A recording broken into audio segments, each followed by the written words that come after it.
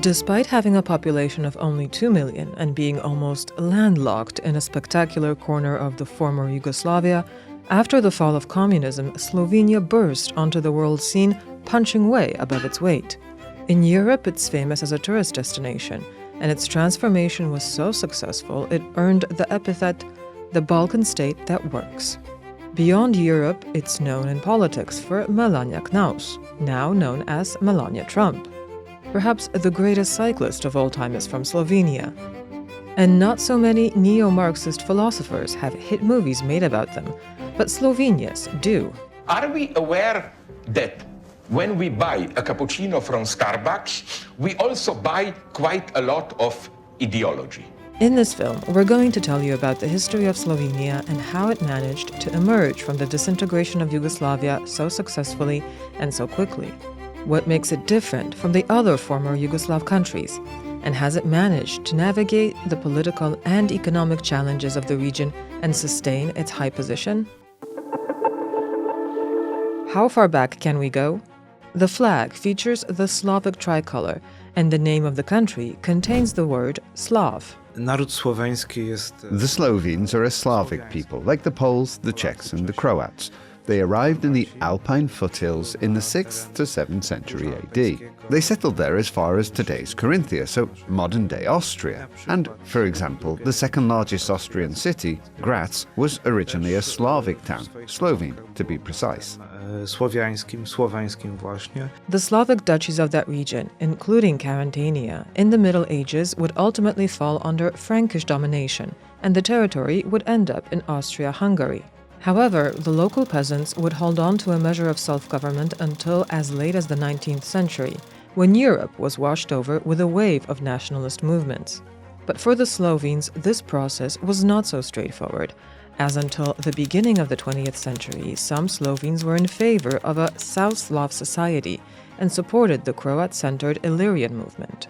After the collapse of Austria-Hungary, the Kingdom of Serbs, Croats and Slovenes emerged as an independent country ruled by the Serbian dynasty, but the Slovenes had some linguistic independence and self-governance. In 1929, the kingdom would be renamed Yugoslavia, and following the events of World War II, it would radically change its status. During the Second World War, the Slovenes came out en masse on the side of Tito's communist partisans. They participated in it. After the war, they also participated in expelling the Germans and in the purges, and Slovenia became part of communist Yugoslavia. It was the fastest developing and fastest industrializing republic in the former Yugoslavia. After the death of President Josip Broz Tito in 1980, serious tensions began in Yugoslavia. And one of the motivators of this in Slovenia was precisely its strong economy. Many Slovenes were openly resentful at what they saw as their republic subsidizing the poorer parts of the country, such as Kosovo and Macedonia. Dissident oppositionist movements were joined in their protests by the local communist authorities. The reformist elements in Slovenia were very strong in comparison to the rest of Yugoslavia. And in the mid-1980s, there were calls to increase Slovenia's sovereignty. Unsurprisingly, the central authorities attempted to hold back these reforms, but were too heavy-handed. And one of their missteps in Slovenia was the so-called Trial of the Four. This was about young communist activists opposed to the growing role of the Yugoslav People's Army and its positions. They published an article in a youth magazine based on stolen documents of an internal transcript of a conversation which showed that if separatist tendencies made it necessary, the Yugoslav People's Army would carry out a coup, including in Slovenia, and stop the independence of the individual republics. This trial is also known by the initials of the four men accused, JBTZ. The J stands for Janša, a man who would become the defining figure on the political scene of the independent Slovenia. His trial was also a catalyst, and even the language of the courtroom sparked public outrage. It was a closed trial, and in contradiction to Yugoslav law, it was held in the Serbo-Croat language instead of Slovene. It caused huge social disapproval. The opposition and the ruling Communist Party organized joint protests in Slovenia, and so at the end of the 1980s, there was this clear pivot towards this country's independence. Slovenia was the first to hold a referendum and was the first republic to break off from Yugoslavia. Although it would escape the worst bloodletting of the conflict, it was not an entirely peaceful process. Slovene territorial defense units attacked the Yugoslav People's Army, which withdrew fairly quickly. The conflict in Slovenia itself had 66 victims on both sides, including 22 young, unarmed cadets. The Yugoslav People's Army in Slovenia turned out to have been unprepared for this conflict. It was made up of fresh conscripts, so this conflict took place at the end of June and the beginning of July 1991. When the Croats also used armed resistance on their own territory, the Yugoslav People's Army withdrew permanently from Slovene territory. The successful transformation was about to begin. The moment Slovenia gained its independence, it opened negotiations with the European Union and NATO. Today, it's a member of both organizations. It joined the EU in 2004 as part of the largest expansion in history. And it was also the first former Yugoslav country to join, and would later be the first country from that expansion to join the Eurozone. In fact, many Slovenes resent being compared to the other former members of Yugoslavia, something seen, for example, in the "We are not Balkans" memes. And it even stands out in comparison to the cohort of countries alongside which it entered the EU.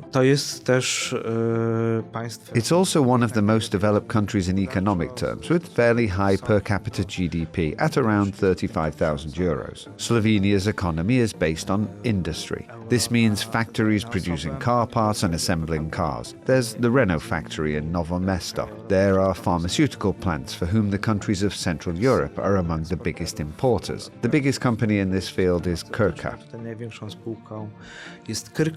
Looking at the map of the Adriatic, it might be difficult to spot Slovenia's comparatively modest coastline, squeezed in between Italy and Croatia. Nevertheless, its major port is a genuine powerhouse in the region.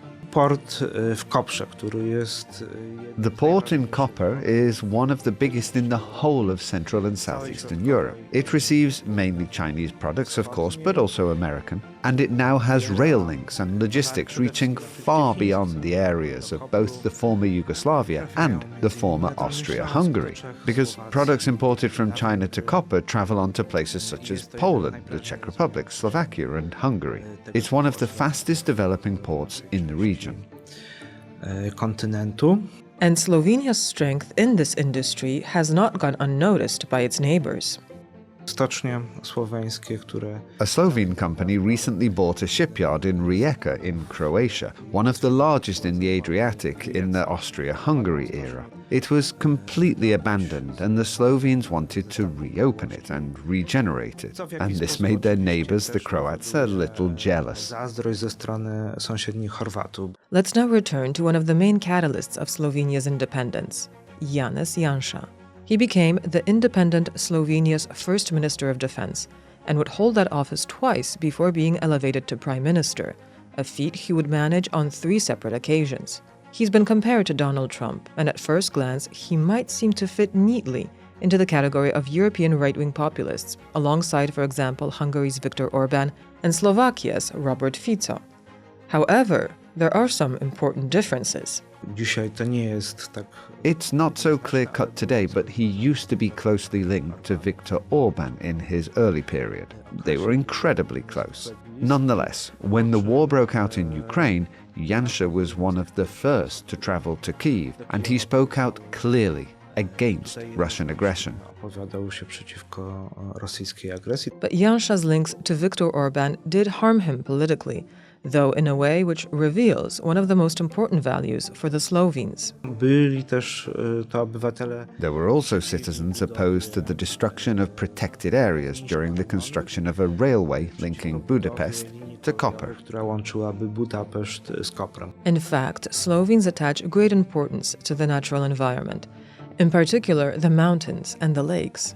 In the post-Yugoslav era, all too often defined by the Janša or the anti-Janša governments, one other politician was able to take advantage of his green credentials. In 2022, Robert Golob's Freedom Movement won the parliamentary election. Ten obecny rząd, The current government coalition of the Freedom Movement, the Social Democrats, the Left, and the Greens came to power on the wave of opposition to the Janša government's interference in the natural environment. The Freedom Movement itself really benefited from its pro-environmental activity. Robert Golob himself took advantage of the emergence of this community and entered politics from the world of business. He had once also been a supervisory board member of the state-owned Gen I company, which is involved in the production of electricity from renewables such as solar and wind power. And society's involvement in the green transformation is huge in Slovenia. One good example of this is the capital city. Ljubljana was once named the greenest city in the European Union. najbardziej zielonym miastem Unii Europejskiej. But it doesn't seem likely that these environmental issues were enough to derail Janša's return to the office of Prime Minister in March 2026. Despite his checkered career with numerous conflicts while in power, and even a scandal which saw an independent Slovene court sentence him to prison for corruption, this so-called roly-poly toy of Slovene politics was widely predicted to win a fourth election. But just days before polls opened, a story broke out about a highly controversial external player being involved in the campaign.